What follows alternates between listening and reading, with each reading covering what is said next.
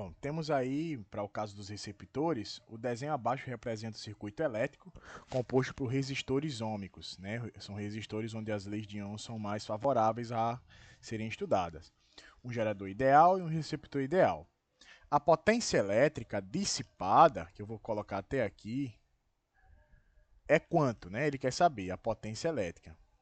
O resistor, ele quer saber a potência elétrica no resistor de 4 ohms. Então tem um desenho ilustrativo, fora de escala, mas como é que a gente pode encontrar essa potência? Bem, primeiramente vocês têm que entender onde que está o resistor e onde que está o gerador. Então, se a gente simbolizar o sentido da corrente, geralmente no sentido anti-horário, a corrente ela vai vir daqui, né? Vai percorrer e vai passar por aqui. Ela vai sair, ó, nesse caso, nesse potencial aqui de 8, né? 8 volts, ela vai sair do polo de menor potencial para o de maior potencial. Toda vez que acontecer de sair de menor potencial para o maior, aí a gente vai ter um gerador. Será um gerador, logo a gente vai ter uma força eletromotriz, uma FEM. Então aqui a gente tem uma FEM epsilon.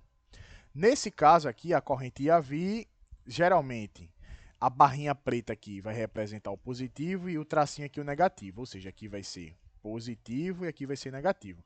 Aqui vai ser o contrário, quando a corrente vir, ela vai sair do maior potencial para o menor potencial, ou seja, nessas condições, quando vai do maior potencial para o menor,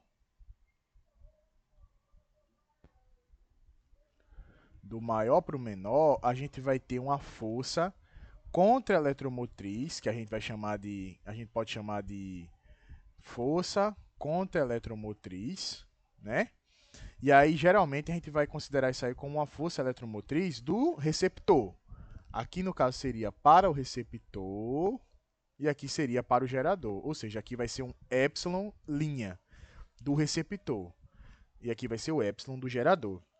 Como ele quer saber a potência elétrica dissipada no R4, não faz sentido eu estudar agora o epsilon, que é a força eletromotriz que está relacionada aos resistores 3 ohms e 3 ohms aqui. A gente faz sentido analisar ao receptor de 6 volts. Então, como é que a gente faz essa questão? A gente vai usar a lei de Ohm-Pouillet,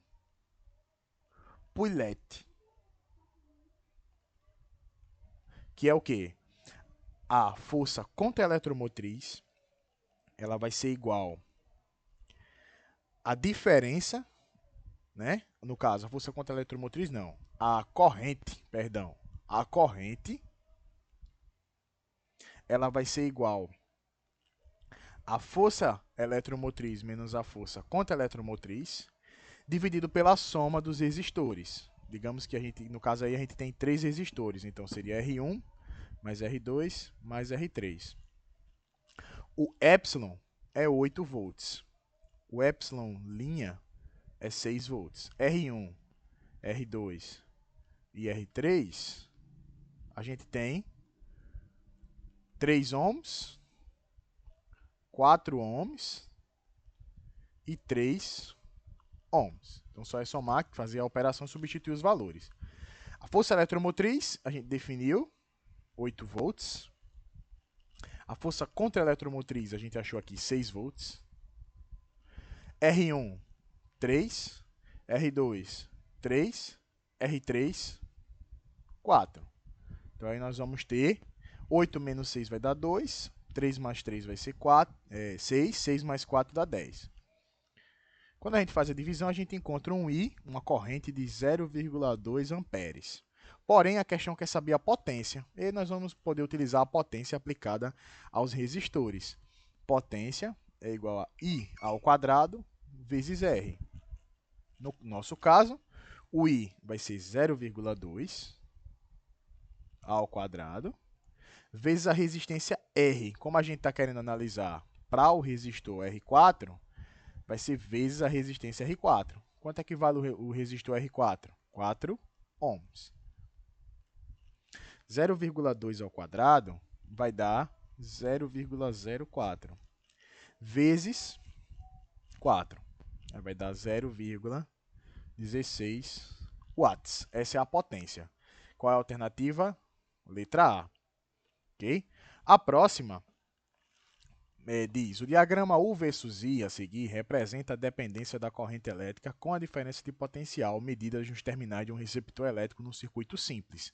Então, observe, aqui no eixo X, no eixo Y, perdão, aqui no eixo Y, a gente tem a tensão. Y, tensão ou DDP. No eixo X, a gente tem a corrente, que está em miliampere. Ele quer saber o rendimento. E como é que a gente calcula esse rendimento? Né? No caso, a tensão máxima que foi atingida aqui foi 8, né? O U vai ser 8 volts. Ele não diz a unidade de tensão, mas a gente sabe que é volt. E o I, o ponto máximo aqui atingido é 100 miliamperes. Como é que eu calculo esse rendimento? O rendimento, no caso aí a gente está chamando de tensão, diferença de potencial, mas se está falando sobre o receptor, essa diferença de potencial aqui ela não vai ser simplesmente U, ela vai ser um epsilon', que é a força contra-eletromotriz do receptor. Então tem que ter muito cuidado com isso. Certo? Eu falei que era tensão porque no começo a gente não interpretou a questão, a gente só olhou o gráfico. Mas quando a gente vai a fundo, ó, o rendimento do receptor. O receptor ele tem uma força contra-eletromotriz. Força contra-eletromotriz. Eu não vou escrever não, mas daqui a pouco eu coloco aqui.